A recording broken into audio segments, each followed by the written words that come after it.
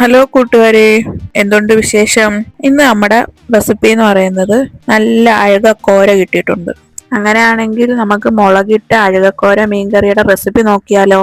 മീനൊക്കെ നമ്മൾ കഴുകി നല്ലതുപോലെ വൃത്തിയാക്കി കഷ്ണങ്ങളാക്കിയിരിക്കുകയാണ്. ഇനി ഇതിലേക്ക് വേണ്ടുന്നത് കൊച്ചുള്ളി, വെളുത്തുള്ളി, ഇഞ്ചി, പച്ചമുളക്, തക്കാളി, കറിവേപ്പില. പാകം ചെയ്യാനുള്ള മൺചട്ടി വെക്കുക. അതിലേക്ക് വെളിച്ചെണ്ണ ഒഴിച്ച് ഒരു 1/4 ടീസ്പൂൺ കടുകിട്ട് പൊട്ടിക്കുക. അതിലേക്ക് തന്നെ നമ്മൾ എടുത്തു വെച്ചിരിക്കുന്ന കൊച്ചുള്ളി ഉണ്ടല്ലോ, ഒരു 10-20 കൊച്ചുള്ളി ആ എണ്ണയിലേക്ക് ഇട്ട് കൊടുക്കുക. ഒരു ചെറിയ കഷ്ണം ഇഞ്ചി അരിഞ്ഞതും 6-7 വെളുത്തുള്ളിയുടെ അല്ലിയും കൂടി ഈ വെളിച്ചെണ്ണയിലിട്ട് നല്ലതുപോലെ ഒന്ന് വഴറ്റിയെടുക്കുക. നമ്മുടെ കൊച്ചുള്ളിയൊക്കെ ഒന്ന് വഴറ്റിയെടുത്തിരിക്കുകയാണ്. ഇനി ഇതിലേക്ക് നമുക്ക് പൊടികൾ ഇട്ട് കൊടുക്കും. ഒരു 1/4 ടീസ്പൂൺ മഞ്ഞൾപ്പൊടി, 1/2 ടീസ്പൂൺ കുരുമുളക് പൊടി, 1/2 ടേബിൾ സ്പൂൺ മുളക് പൊടി. ഇനി ഈ പൊടികളെല്ലാം കൂടി ഒന്ന് നല്ലതുപോലെ ഒന്ന് ഇളക്കി കൊടുക്കുക. ഇനി നമുക്ക് ഇതിലേക്ക് അരിഞ്ഞു വെച്ചിരിക്കുന്ന 2 പച്ചമുളകും വലിയൊരു തക്കാളിയും കൂടി അരിഞ്ഞതും കൂടി ഈ അരപ്പിലേക്ക് ഇട്ട് കൊടുക്കുക. കൂടെ കറിവേപ്പിലയും കൂടി ഇട്ട് ഇതെല്ലാം കൂടി നല്ലതുപോലെ ഒന്ന് വഴറ്റിയെടുക്കുക.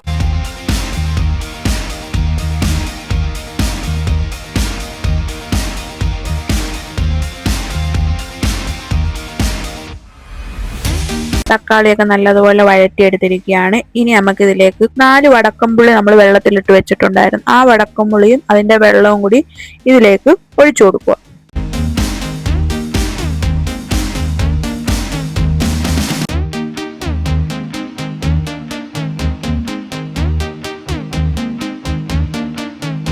ഒന്ന് ജസ്റ്റ് ഇളക്കി കൊടുക്കുക.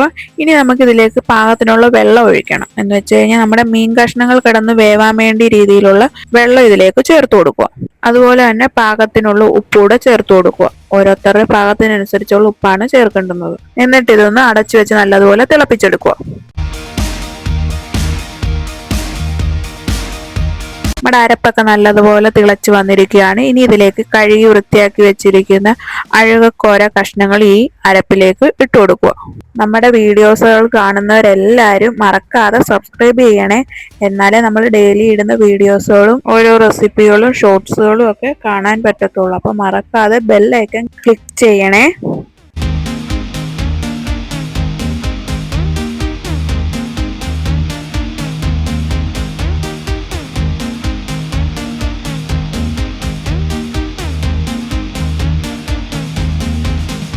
കഷ്ണങ്ങളൊക്കെ ഇട്ട് കഴിഞ്ഞിരിക്കുകയാണ്. ഇനി അടച്ചു വെച്ച് നല്ലതുപോലെ ഒന്ന് തിളപ്പിച്ചെടുക്കുക.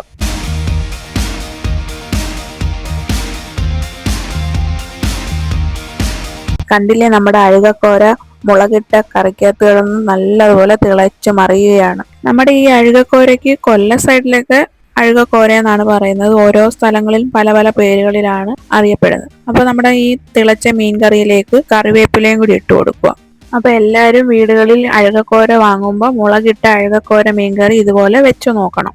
എന്നിട്ട് ഇതിന്റെ അഭിപ്രായം പറയണേ. എല്ലാവരും ലൈക്കും കമന്റും സബ്സ്ക്രൈബും ചെയ്യണേ മറക്കാതെ. മുളകിട്ട അഴുകക്കോര മീൻകറി റെഡിയായി കഴിഞ്ഞിരിക്കുകയാണ്. അപ്പൊ അടുത്തൊരു വീഡിയോയുമായി കാണാം. ബൈ.